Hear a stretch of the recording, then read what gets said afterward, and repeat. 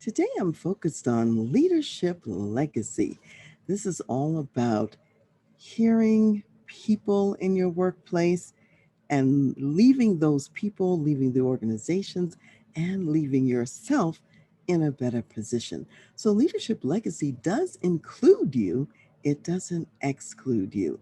And remember, last time I was talking about what's involved in being a marketplace ministry leader. And so, we're just going to add another little nuance to it today. So, when we talk about developing people in the organization, we're talking about seeing the strengths of those people, seeing the gifts that they bring to the workplace.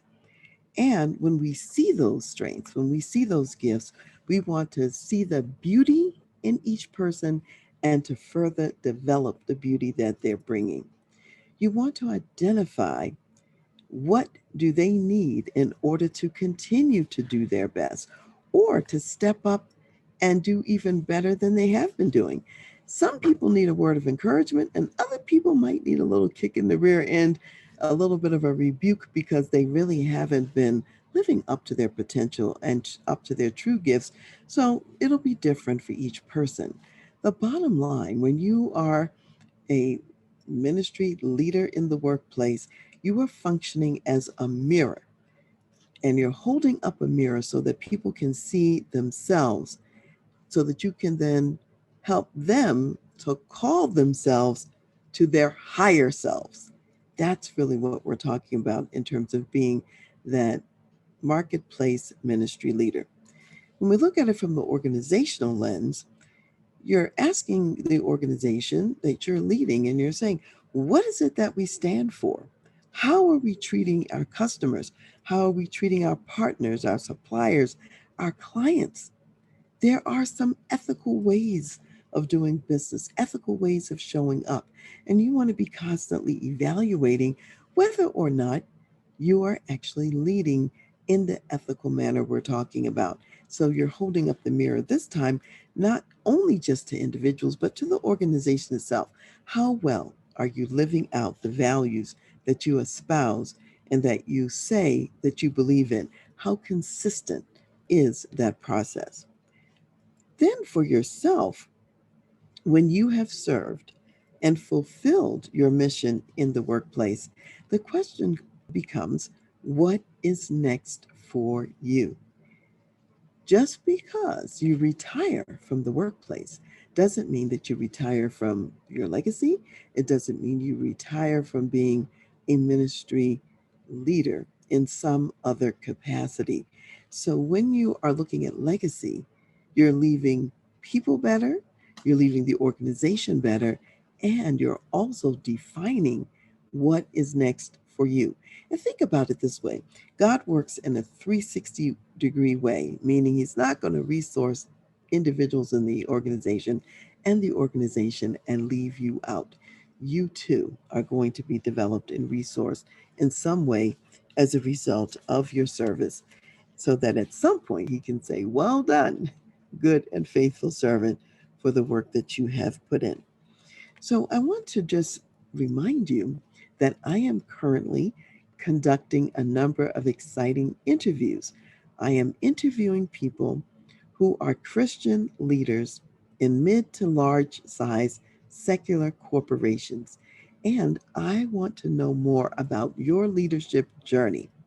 What are you challenged by at work?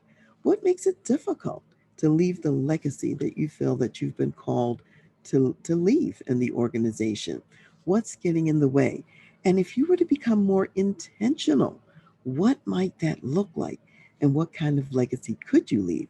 So, if you fit into that demographic, you're a Christian business leader, you're in a mid to large size secular corporation, and you'd like to participate in the interview, then please contact me at Dr. Karen, Dr. period, Karen, Karen, at transleadership.com.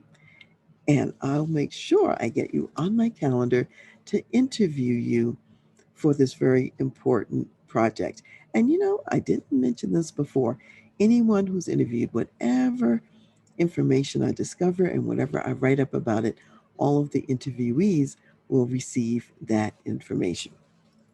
So, as we're closing out today, I'd like to share with you a reading from Genesis, the 41st chapter, and this is from the life of Joseph.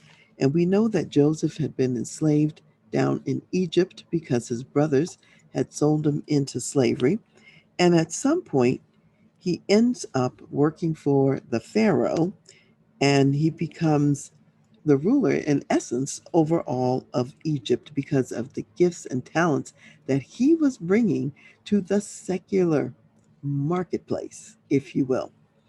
So, Genesis 41st chapter, starting with verse 33, says, now, therefore, let Pharaoh select a discerning and wise man and set him over the land of Egypt. And I want to remind you, this is Joseph speaking, and he's saying this because he's interpreted Pharaoh's dream, and God has revealed to Pharaoh that there's going to be 7 good years and then 7 years of famine and lean years. So he's got the 7 good years to prepare and get ready for the famine.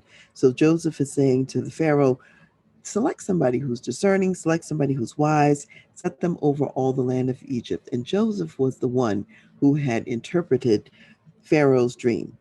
So Joseph goes on to say, let Pharaoh do this. Let him appoint officers over the land to collect 1/5 of the produce of the land of Egypt in the 7 plentiful years. And let them gather all the food of those good years that are coming and store up grain under the authority of Pharaoh. And let them keep food in the cities. Then that food shall be as a reserve for the land for the 7 years of famine, which shall be in the land of Egypt, that the land may not perish during the famine. So the advice was good in the eyes of Pharaoh and in the eyes of all his servants. And Pharaoh said to his servants, can we find such a one as this, a man in whom is the Spirit of God? Then Pharaoh said to Joseph, inasmuch as God has shown you all this, there is no one as discerning and wise as you. You shall be over my house, and all my people shall be ruled according to your word. Only in regard to the throne will I be greater than you. And Pharaoh said to Joseph, see, I have set you over all the land of Egypt.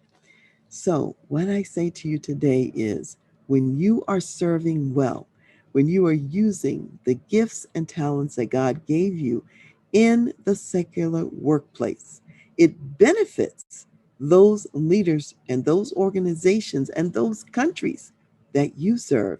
And it allows you to have an even greater platform very often and for God to be glorified through you.